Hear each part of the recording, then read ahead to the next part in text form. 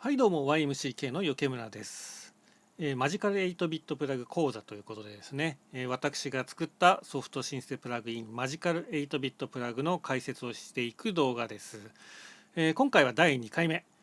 前回はですね、準備の際のポイントについてお話ししたんですけれども、今回はどんな音が出るのかというね、そちらをご紹介していきます。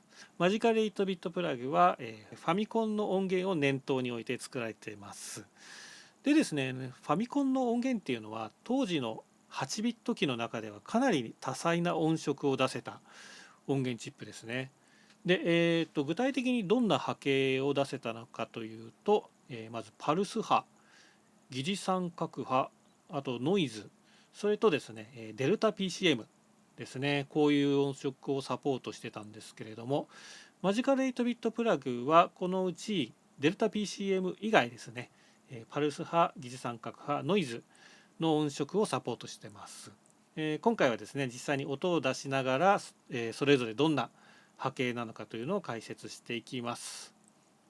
で、ですね、こちらロジックですけれども、すでにね、マジカル8ビットプラグが使える状態になっています。波形の選択はですね、こちらの OSC タイプというところで行います。OSC っていうのはね、オシレーターの略ですね。発信機。はい。ということで、ここでね、はい、波形を選んでいきます。で、上からパルス波、三角波、疑似三角波ですね。あとノイズという選択になっています。で、まずね、パルス波の方なんですけれども、0と1だけで表現できる、もう本当に四角い波形ですね。もう8ビット、もう8ビット音色の基本中の基本ですよね。この音色を聞くと、あ、ゲームだな、ピコピコだなってね、思う典型的な波形ですよね。パルス波の典型的な音色はこういう音ですね。はい。ね、このポーポーポーみたいな音なんですよね。で、パルス波っていうのはこう0と1で作る波形っていうね風に言いましたけれども、このね0と1の時間比ですね、時間の比率を変えるとですね違う音色になるんですね。でこの 12.5%、25%、50% というのがその時間の比率なんですね。で、25% っていうのは、1になっている時間 25% で残りが0、そういうね時間配分のことを指しています。で 25% の波形っていうのはこんな音色になります。50% に比べるとね、結構鋭い感じの音色になると思うんですよね。で、さらに比率が偏っているのが 12.5%。こちらはこんな感じの音色になります。さらに鋭くね、でその分ちょっと細い感じの音色になりますけれども、これが 12.5% です。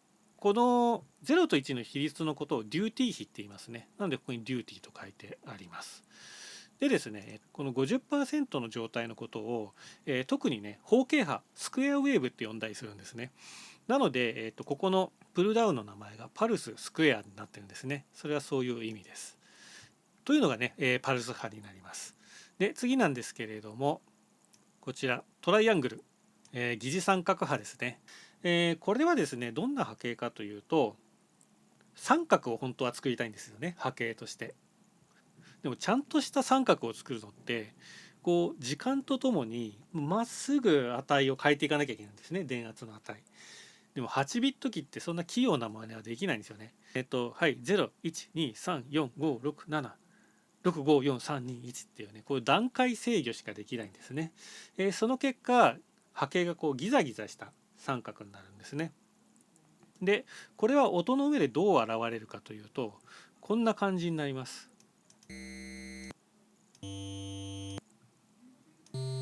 ちょっとビリビリいう高周波がついてきているの分かりますかね。でですね、高い音域に行くとそのビリビリいう感じがねかなり高い周波数に行くので、実質気にならなくなってきますね。はい、ということでね、この高い音域は、リードですね、リードの音色に向いてたりしますよね。柔らかめのリードドラクエのフィールドのテーマなんかもね、この三角波をメロディーに使ってますね。あとはですね、低い方の音色、かなりねパルス波に比べて太い音色になるんで、ベースにも向いている音色になりますね。これが三角波ですね。さて次がノイズなんですけれども、ノイズはですね、3種類搭載してます。この3種類がここで選べます。でですね、まずはですね、こちらのワンビットロングサイクルというやつなんですけれども、これがですねファミコンにおけるノイズの基本的なノイズですね。これはねこんな音色です。ちょっと低すぎた、この辺かな。はい、こういう感じので、高い方で弾くともうちょっとノイズっぽいノイズになります。こう独特の何て言うんでしょうね、荒々しい感じのねノイズが出るんですけれども、これが、ファミコンの一番基本なノイズの波形になります。でですね、ワンビットショートサイクルというのもあるんですけれども、これはですねこんな音色になります。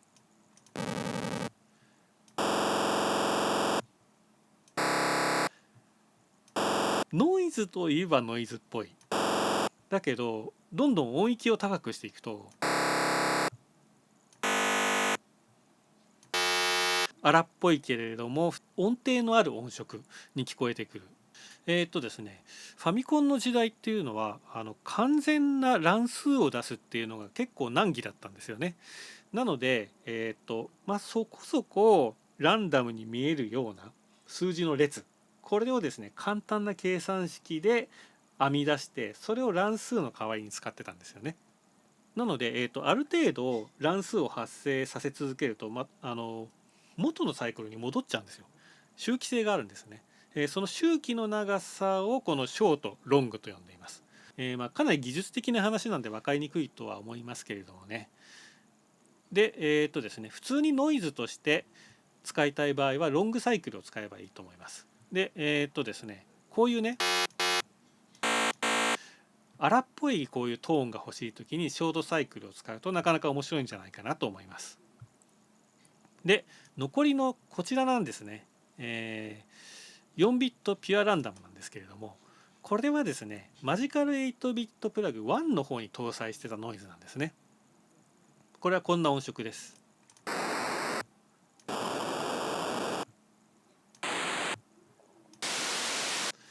これだいぶノイズとしての純度が高いんですね。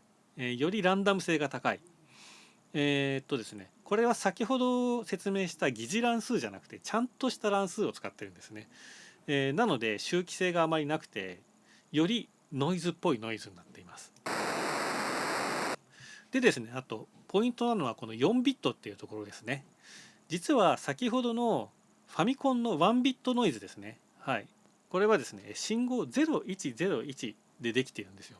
ただし0と1の比率がですねランダムで決まってくるんですね。そういう波形なので1ビットという名前がついてます。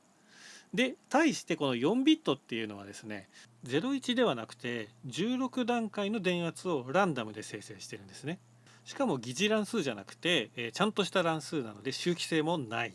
これはねファミコンではちょっと複雑すぎてできない処理だったんですよ実は。